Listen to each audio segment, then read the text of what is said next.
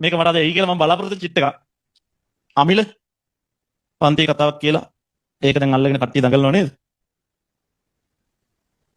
කාරණා දෙකක් කියන්න ඕන. මගේ පන්තියේ ගාවින් ළමයි කෑ ගහගෙන යනවා නම් මේ මොකද්ද වෙන්නේ? මම ඒකට කැමතිත් නැහැ. මාත් බයිනෝ.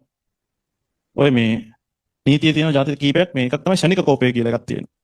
මිනිස්සුන්ට ටක් ගාලා මල පැනලා ඉවරලා එහා පැත්තේ කාට පිහියෙන් අයින්නවා අපි හිතමු. එතකොට ඒක ශනික කෝපය කියන කාරණේ යටතේ පොඩ්ඩක් දඬුවම ලිහිල් කරගන්න පුළුවන්. හිතලා කරපු වැඩ නෙමෙයි ටක් ගාලා තරහ ගියා. අරු කරපු වැඩේ හින්දා මට තරහ ගියා. ඒ හින්දා එහෙම උනේ. හරිද? ඒව එකක් තමයි මම දකින්න දෙය හරිද?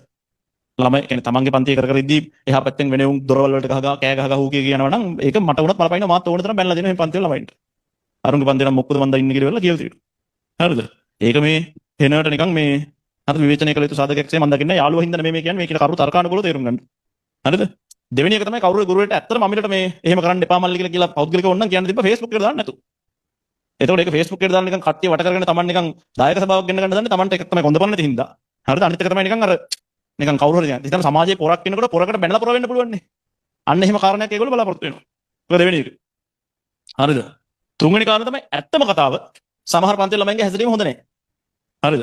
ඒක කොච්චර ඔයාලා කොහොම කිව්වත් හරිද එහෙම ඒක පිළිගන්න ඕන පිළිගත යුතුයි. හරි? අවසාන වශයෙන් මේ අන්තිම කාරණේ ඔය අමිලගේ පිටින් යන්නේ සමහරවිට අර අපේ මගේ පන්තිය ලොකු වෙලා තමන්ගේ IT ගුරුවරට කෙලවෙලා හින්දා ඉතින් ඒ ආදාළ අනිත් සබ්ජෙක්ට්ස් කරන ගුරුවරුන්ගේ හිතේ දුක තමයි අමිලගේ පිටින් යන්නේ. අමිල මගේ යාළුවා හින්දා. හරිද? මං ඊ අමිලට කතා කරලා කිව්වා අඩෝ සෝරි බං මේ ඔය මගේ ඇරියස් තමයි උඹේ පිටින් යන්නේ කියලා. හරිද? ඔන්න ඔය ටික තමයි මම කියන්නේ හිටියේ. හරි. අර කතාවට මගේ විරුද්ධත්වයක් නැහැ අමිලගේ හරිද? ස්ට්‍රීම් එකක් ගත්තාම සමහර ස්ට්‍රීම් මෙහෙම ඕනම ස්ට්‍රීම් එකක මෙලෝ රහක් නැති උන් ඉන්නවා. සමහර ස්ට්‍රීම් වල වැඩිපුර ඉන්නවා.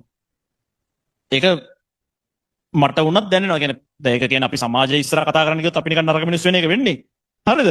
හැබැයි පෞද්ගලිකව මං වුණත් ඒක අත්දකිනවා. ඉතින් මගේ පන්තියේ හැම ස්ට්‍රීම් එකේම ළමයි ඉන්නවනේ. හරිද? ඒක තරහ වෙන්න එපා ඉතින්. තමන් හොඳ මිනිස්සෙක් වෙන්නයි තමන්ට පුළුවන් උපරිමයෙන්. තමන්ගේ ස්ට්‍රීම් එක කරන ඔක්කොම එවුන් හොඳ එවුන් කරන්න බෑනේ තමන්. දැන් හිතනකො මම හිතනවා මං හරියම හොඳ ටියුෂන් ගුරුවරයෙක්. හරිද? ඒක නිසා අනිත් ටියුෂන් ගුරුවරු ඔක්කොම හොඳ ඇති කියලා. එහෙම කියන්න පුළුවන්. එහෙම කියන්න බෑ. සමහර ටියුෂන් ගුරුවරු පේනවනේ කරන වැඩ. හරිද? විල්ලැජ්ජයි. හරිද?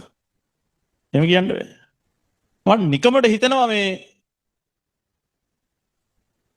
ඒ නිකන් අනවශ්‍ය ප්‍රශ්නයක් ඇදලා ගත්ත කට්ටියට මොන හරි ආපහු රිටර්න් එකක් හම්බෙයි කියලා මම නිකමට හිතනවා.